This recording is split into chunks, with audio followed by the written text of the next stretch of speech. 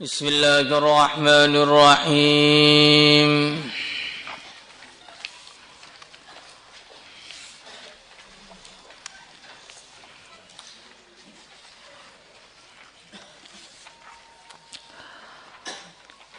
الله الذي خلق السماوات والأرض وما بينهما في 6 أيام ثم استوى على العرش ما لكم من دونه من ولي ولا شفيع أفلا تتذكرون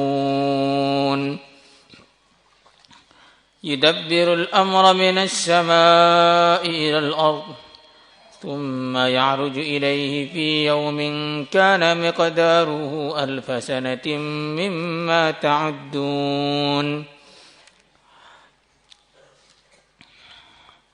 ذلك عالم الغيب والشهادة العزيز الرحيم Allah alladzi dzat khalaqas samawati yang menciptakan langit-langit wal arda dan bumi wa ma bainahuma dan apa yang ada di antara keduanya fi 6 ayyamin dalam masa 6 hari thumma istawa 'alal 'arsy kemudian Allah istiwa atas arsy. Ma lakum min dunihi tidak ada bagi kalian dari selain Allah min waliyin penolong wala syafi'in dan juga pemberi syafaat. Afala tatadhakkarun apakah kalian tidak mau berfikir? Yudabbirul amra Allah mengatur segala urusan minas sama'i ilal ard dari langit menuju ke bumi. Tsumma ya'ruju ilaih kemudian urusan itu dinaikkan kepadanya, dilaporkan kepadanya. Fi yaumin dalam satu hari kana yang adanya hari itu miqdaruhu hitungan hari tersebut alfasanatin adalah 1000 tahun mimma ta'uddun dari apa-apa yang kalian hitung. Dzalika yang demikian itu alimul ghaibi yang mengetahui yang ghaib wasyahadati dan yang mengetahui yang tampak. Al-Aziz yang maha menang, Ar-Rahim yang maha pengasih. Allahul ladzi khalaqas samawati wal ard Allah yang menciptakan langit, menciptakan bumi dan apa yang ada di antara langit dan bumi. Jadi semua yang ada di langit, yang ada di bumi, yang ada di antara keduanya, yang kita tahu, yang tidak tahu, yang kita melihatnya, yang kita tidak melihatnya, yang kecil, yang besar, yang kelihatannya buatan manusia atau fenomena alam saja, semuanya hakikatnya diciptakan oleh Allah. Sebagaimana Allah berfirman, wallahu khalaqakum wa ma ta'malun. Allah menciptakan kalian dan Allah menciptakan apa yang kalian perbuat. Jadi perbuatan-perbuatan kita hasil dari eksperimen kita, hasil dari fikir kita, hakikatnya juga ciptaan Allah. Karena kitanya juga ciptaan Allah, maka apa yang kita hasilkan juga ciptaan Allah.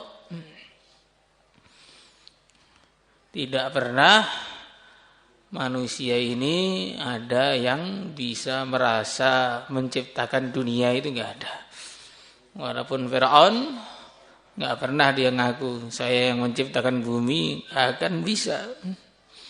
Semua yang menciptakan Allah dan semua juga milik Allah. Lillahi ma fis samawati wa ma fil ard. Semua yang menciptakan Allah, semua milik Allah. Maka kalau pengen selamat di bumi, pengen selamat di langit, pengen selamat di dunia, pengen selamat di akhirat, caranya hanya dengan taat kepada Allah. Karena ini miliknya Allah. Dan karena ini miliknya Allah, Allah yang paling tahu apa yang maslahat untuk makhluk-makhluk ciptaannya. Gampangannya kendaraan Honda, maka pabrik Honda yang paling tahu oli yang sesuai, bensin yang sesuai, aki yang sesuai, ban yang sesuai. Dia yang paling tahu karena dia membikin. Kalau ada motor Yamaha ya begitu juga. Penyakitnya apa dia yang tahu, yang cocok apa dia yang tahu.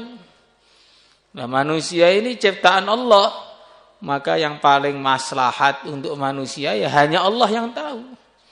Penyakitnya manusia apa dan obatnya bagaimana ya hanya Allah yang tahu. Maka tidak mungkin bisa digambarkan ada aturan yang lebih baik, ada aturan yang lebih maslahat untuk manusia ini melebihi Islam. Aturan yang datang dari Allah. Kita ini nggak tahu apa yang maslahat untuk kita sendiri karena kita bukan yang menciptakan kita. Kita tidak tahu masa depan, kita tidak tahu masa lalu. Kita tidak tahu yang di depan, yang jauh di sana nggak tahu, yang belakang jauh di belakang nggak tahu, bahkan diri kita sendiri kita juga nggak tahu. Sedangkan Allah yang Maha tahu tentang itu semua. Dan Allah memberikan syariat Islam untuk menjaga kehidupan manusia itu. Manusia selalu butuh dengan kebutuhan spiritual, maka didatangkan bab ubudiyah, bagaimana cara-cara memenuhi kebutuhan spiritual, cara menyembah yang baik itu bagaimana, yang disembah siapa, bagaimana. Karena di dunia ini seluruh manusia selalu pengen hargai sesuatu sebagai Tuhannya. Walaupun orang ateis pun punya ritual-ritual, padahal nggak punya Tuhan katanya, punya ritual-ritual juga. Nah, ini semedi, ada yang ritualnya mandi di sungai yang kotor katanya untuk membersihkan diri. Membersihkan diri kok sungai kotor. Ada yang begini, ada yang begitu, macam-macam.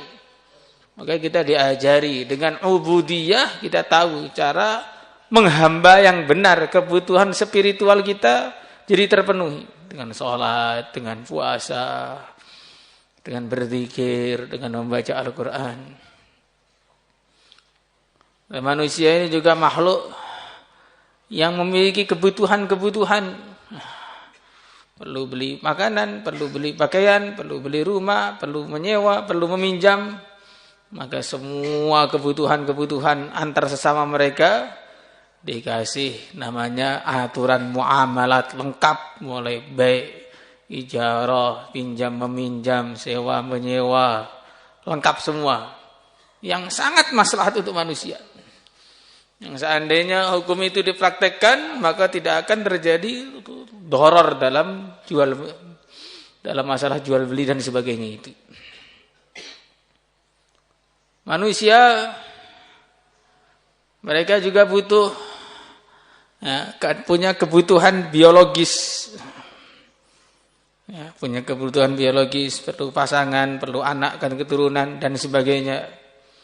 Maka ada bab mulai munakahah, tolak, li'an, hadonah, iddah dan sebagainya. Lengkap. Mulai lamaran sampai ditinggal mati, semuanya sudah ada hukumnya semua. Dan manusia ini, namanya mereka ini punya angkara murka, nafsu angkara murka. Sehingga kadang-kadang kalau marah tidak kontrol, bisa menghancurkan barang-barang, bisa menghancurkan orang-orang, maka dikasih bab jinayat. Nah, kamu boleh saja marah, tapi setiap marah kamu ada resikonya. Menghancurkan barang harus mengganti, memotong tangan orang harus ada urusannya. Sehingga lengkap, mulai melukai yang luka sekecil apapun, sampai melukai, sampai menghilangkan nyawa, semua ada aturannya. Itulah aturan Islam yang sempurna. Tidak ada di dunia ini aturan yang lebih sempurna, melebihi aturan dari Sang Pencipta, siapa? Allah. Ubudiyahnya ada, muamalahnya ada, munakahahnya ada, bagian pidananya juga ada, lengkap. Kalau kita belajar bab fikih itu sebenarnya itu untuk mengetahui bagaimana sempurnanya aturan Islam. Tidak ada dimanapun aturan seperti dalam kitab fikih itu nggak ada, selengkap itu nggak ada. Menunjukkan betul-betul hukum Islam itu dari yang menciptakan manusia. Coba lihat, negara pun nggak bisa bikin hukum yang sedetail itu, nggak bisa. Siapa yang bisa ngurus di WC-nya orang itu suruh megang tangan kiri atau tangan kanan, ngadep kemana, nggak ada. Orang masuk WC suruh kaki kiri atau kaki kanan, nggak ada yang sempat ngurus. Tapi Islam semuanya lengkap. Kalaupun nggak ada air, istinja pakai batu pun harus 3 kali, itu pun harus lengkap. Allahu Akbar. Kenapa? Karena Allahul ladzi khalaqas samawati wal ard. Allah yang menciptakan langit dan bumi, yang maha tahu maslahatnya yang tinggal di langit dan bumi. Fi sittati ayyam, dalam 6 hari. Dalam 6 hari ini ya banyak khilafiyah, yang paling mudah ya 6 hari yang kita tahu ini. Walaupun penciptaan itu sebelum ada hari, tapi kalau dihitung ya seperti hari-hari kita ini, sebagaimana hadis-hadis yang menunjukkan Allah menciptakan ini pada hari ini, menciptakan ini pada hari ini. Allah menciptakan 6 hari bukan karena Allah memerlukan waktu sehingga perlu 6 hari, tidak. Allah menciptakan 6 hari ya karena Allah maunya 6 hari, begitu saja. Bukan karena ini hari pertama enggak selesai, besok lagi ya.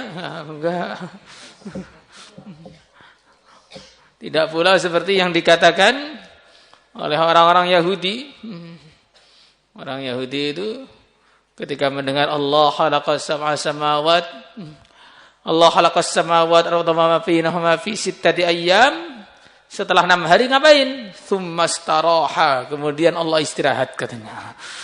Kecapean untuk menciptakan langit dan bumi, istirahat. Bahkan karena orang Yahudi itu ahli tajsim, digambarkan duduk di atas kursi, kakinya yang satu diletakkan di atas kaki yang lain. Maka turun ayat, wa ma massana min lughub. Gimana ayatnya itu? Ayo, gimana ayatnya? Di 26 itu. Wa ma massana min lughub, gimana ayatnya? Surat Qaf itu katanya mufassal. Gimana? Fi sittati ayyamin wa ma massana min lughub. Nah, itu ayat itu turun untuk menolak orang-orang Yahudi itu yang mengatakan khalaqas samawati wal arda fi sittati ayyam summa madza summa istaraha. Laknatullah al-yahud. Jadi Allah menciptakan 6 hari itu ya karena Allah maunya 6 hari, bukan karena pengen istirahat dulu, habis itu kaki satu letakkan di yang lain bersandaran di atas kursi. Ini Tuhan apa Pak Tukang? La ilaha illallah. Tsumma istawa 'al 'arsy, kemudian istiwa di atas arsy. Maksudnya bagaimana istiwa? Wallahu a'lam. Yang jelas bukanlah istiwa seperti istiwanya makhluk. Dan Al-Imam Al-Qurtubi mengatakan tsumma di sini bukanlah litartibil amr tapi litartibil khabar. Maksudnya bukan setelah menciptakan langit, menciptakan bumi, kemudian Allah duduk di atas arsy, enggak begitu. Tapi biar susunannya pas, jadi ada tsummastawa al arsy. Kita iman bahwa Allah itu istiwa al arsy. Kita iman kepada Ar-Rahman ala arsy istawa. Kita iman kepada ayat tsummastawa al arsy. Tetapi kita tidak boleh menggambarkan bahwa Allah itu di atas arsy. Apalagi duduk. Sebagaimana sebagian orang-orang mujassimah Allah duduk di atas arsy sebagaimana saya duduk sekarang. Atau kemudian Allah itu gedenya searsy, pas, enggak lebih enggak kurang. Ada lagi mengatakan lebih sisa 5 jari katanya. Ngitung siapa lagi di sana. Nah, ini pendapat-pendapat yang tidak bisa dibenarkan. Tsumasta'al ars. Kalau kita ikut pendapatnya ulama-ulama salaf, tafwid, ya sudah, tsumasta'al ars, istiwa di atas ars bagaimana? Wallahu a'lam. Allah a'lam bimuradihi. Kalau kita ikut pendapat ulama-ulama khalaf, takwil istiwa al-ars. Ars itu makhluk yang terbesar, makhluk yang terbesar dikuasai oleh Allah, maka yang lain-lain juga dikuasai oleh Allah. Nah, ini mudah gitu aja. Takwil dan tafwid ini adalah pemahaman ahlus sunnah wal jamaah ketika memahami ayat-ayat seperti ini. Bahkan ulama salaf pun juga ada yang takwil juga. Ibnu Abbas juga takwil, Imam Ahmad juga takwil, Imam Bukhari dalam Bukhari juga takwil. Yang nggak boleh itu apa? Yang nggak boleh itu tasbih atau menolak. Nggak ada istiwa al-ars, nggak ada. Ini nggak boleh. Ayatnya ada kok. Atau tasbih, pokoknya Allah istiwa al-ars sudah. Bidzatihi, sesuai dengan zatnya, hakikatan, hakikat, pokoknya duduk betulan. Duduk betulan itu hadisnya mana? Allah jalasa al-arsi hakikatan nggak ada. Ya. Fahim tum? Anak kecil-kecil nih paham apa enggak kira-kira? Sanbar-sanbari opo istawa bareng ini. Yes, pokoknya begitulah. Tsummastawa 'alal 'arsy. Jadi kita yakin kepada ayat ini, pemahamannya bagaimana? Ya, seperti yang dikatakan sebelumnya tadi. Sebelumnya kemana? Tadi kan sudah, masa diulang lagi. Ma lakum min dunihi min waliyyin wala syafi'in afala tatadakkarun. Tidak ada yang bisa membela, tidak ada yang bisa menolong selain Allah. Yang bisa menolong hanya Allah, yang bisa membela hanya Allah, tapi kok malah nyari yang lain. Maksudnya begitu, yang ngatur urusan kita semuanya Allah, yang memberi rezeki kita Allah, yang memberi hidup kita Allah, yang menyembuhkan kita Allah, yang memberi kesempatan kita hidup Allah, yang memberi nafas kita Allah. Kok malah cinta yang lain?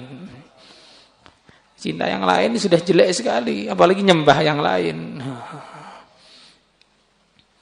Malakum min dunihi min waliyyin wala syafi'. Afala tatadakkarun? Berpikirlah kalian. Kalau ini orang syirik itu diibaratkan oleh para ulama seperti orang itu punya seorang ayah yang kaya raya, yang begitu sayang kepada anaknya.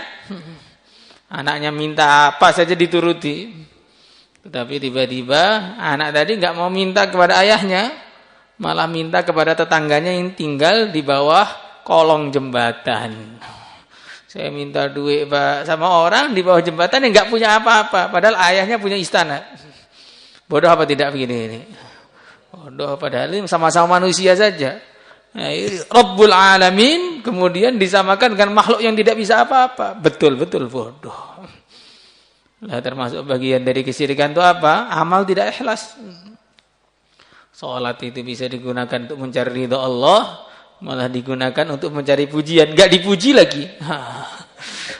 Namanya sudah jatuh, masuk neraka, bukan ketiban tangga lagi.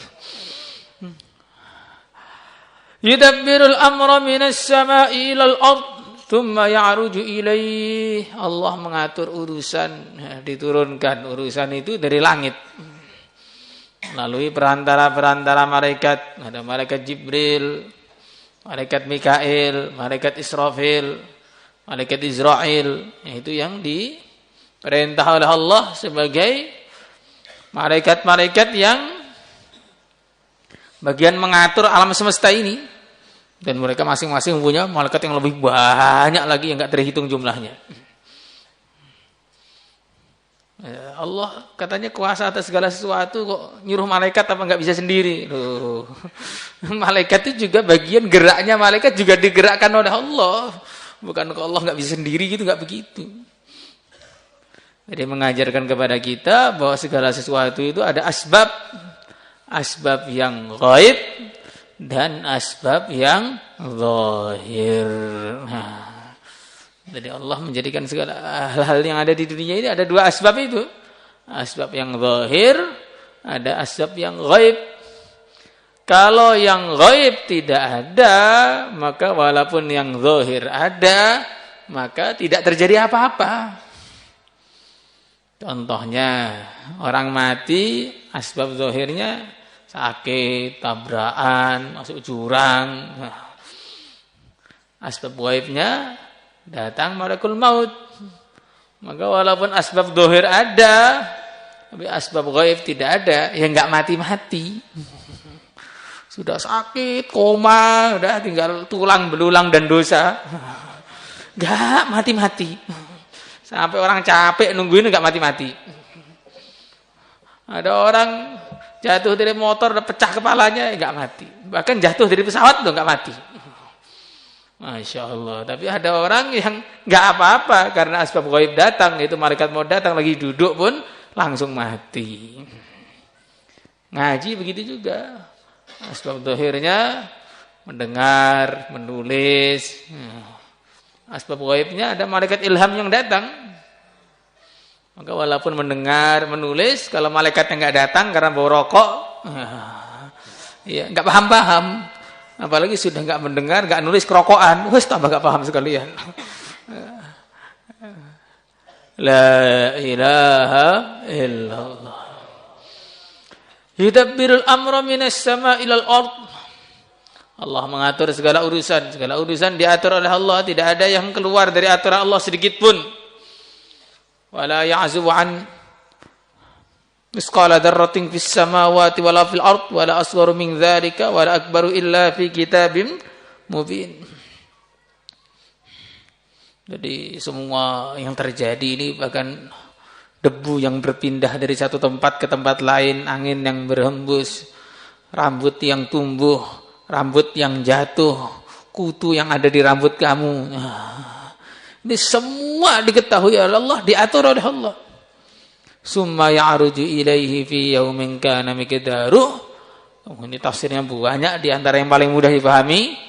Kemudian setelah semua selesai, di hari kiamat dilaporkan kepada Allah. Ini apa saja yang terjadi di dunia ini, pada hari kiamat ada laporan total, kemudian diurus. Per detik diurus, mulai akil balik sampai sakaratul maut. Semoga Allah ampuni kita semua. Ini maksud yang paling gampang dari ayat itu begitu ya.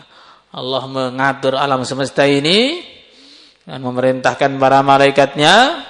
Kemudian setelah alam semesta ini hancur, para malaikat membawa catatan-catatan apa yang mereka ketahui di muka bumi ini dari amalan manusia-manusia, dan diatur oleh Allah, dihisab oleh Allah fi yaumin kana miqdaruhu alfasanatim mimma ta'uddun, di hari yang satu harinya 1000 tahun. Di surat ini 1000 tahun. Di surat lain berapa tahun? Khamsina alfasanah. Gimana ayatnya? Ta'arujul malaikatu warruhu ilaihi fi yaumin kana miqdaruhu khamsina alfasanah. Nah, kalau juz sudah 9 ini mungkin agak nyangkut. Kalau juz lain kesangkut. Hari yang 50.000 tahun. Ini 1000 tahun. Ini 50.000 tahun. Yang benar mana? Yang benar mana? Kok wallahu alam. Gimana? Yang benar yang mana yang benar? Ya benar semua, Quran semua. Masa ini salah cetak, Pak? Enggak ada. Jadi kayak ada orang ngaku ulama. Ini sebenarnya yang benar itu Muhammadun Rasulullah atau Muhammadan Rasulullah. Oh, Muhammadun Rasulullah yang benar. Lah Muhammadan bagaimana itu? Salah cetak katanya. Katanya ulama itu enggak bisa bedakan i'rab. Allah, ya sama-sama benernya. Jangan wallahu alam, repot ini jadinya ini. Semuanya benar. Maksudnya bagaimana? Bagaimana mengumpulkan dengan dua ayat ini? Yang paling mudah ini karena perbedaan orang. Nah, jadi orang-orang kafir Ya, untuk orang yang kafir, yang sangat kafir, itu satu harinya seperti 50.000 tahun. Sedangkan orang-orang kafir yang kafir-kafir biasa gitu aja, kafir biasa itu gimana maksudnya? Ya, semuanya kafir-kafir yang nggak terlalu parah lah. Nah, itu satu harinya 1000 tahun. Lah ada orang-orang iman satu harinya seperti sholat fardu yang dikerjakan ketika di dunia ini. Jadi perbedaan amal menjadikan perbedaan waktu. Tergantung kesolehan masing-masing. Semakin soleh, hari kiamat itu dilalui semakin cepat. Siapa itu yang bisa melalui hari kiamat begitu cepat? Di antaranya orang-orang yang selalu bercepat-cepat dalam ridha Allah. Bukan salatnya cepat, bukan gitu. Nah, bercepat-cepat dalam ridha Allah itu ada panggilan kebaikan itu langsung jadi yang terdepan. Nah, sebagaimana ada hadis itu, ada orang di atas sirat, jalannya lambat sekali. Yang lain tuh ada yang secepat kilat, ada yang bagaikan angin, ada yang bagaikan naik kuda, ada yang lari, ada yang jalan. Nah, dia itu kadang jalan, kadang berhenti. Kadang jalan, kadang berhenti, kadang baring. Nah, ada hadisnya itu begitu. Maka dia heran, ya Allah, limadza batta'ta bi? Ya Allah, kenapa engkau menjadikan saya ini begitu lambat sekali ini? Maka Allah berfirman, ma batta'tu bika walakin batta'a bika amaluka. Bukan aku yang menjadikan kamu lambat, amalmu enggak cukup buat lari itu jadi baring aja. Karena memang di dunia amalannya baring itu tadi. Jadi kaum rebahan. Bentar dikit rebah lagi, bentar dikit rebah lagi. Ustaz keluar dari kelas langsung rebah. Nunggu komat sambil rebahan juga. Nah, ini kaum-kaum rebahan nih begini, mungkin yang lambat tadi di atas sirat itu. Jadi untuk mengumpulkan antara 1000 tahun dan 50.000 tahun, nah, yang dimaksud itu adalah sesuai dengan keadaannya masing-masing. Ya, orang yang makin buruk amalannya, yang makin lama di akhirat. Pendapat yang kedua, ini bukan hakikatnya adat. Nah, ini bukan hitungan yang sebenarnya, bukan. Pokoknya lama, pokoknya hari di akhirat itu lama. Maka salah seorang ulama mengatakan, man tala qiyamuhu fil lail hanat alaihi al-qiyam yaumal qiyamah. Siapa yang sholat malamnya panjang-panjang, dia akan diringankan oleh Allah ketika berdiri pada hari pembalasan. Nah, ini sudah mau Ramadan ini, makanya waktunya sholat malam itu yang panjang, 30 juz satu malam. Insyaallah. Salatullah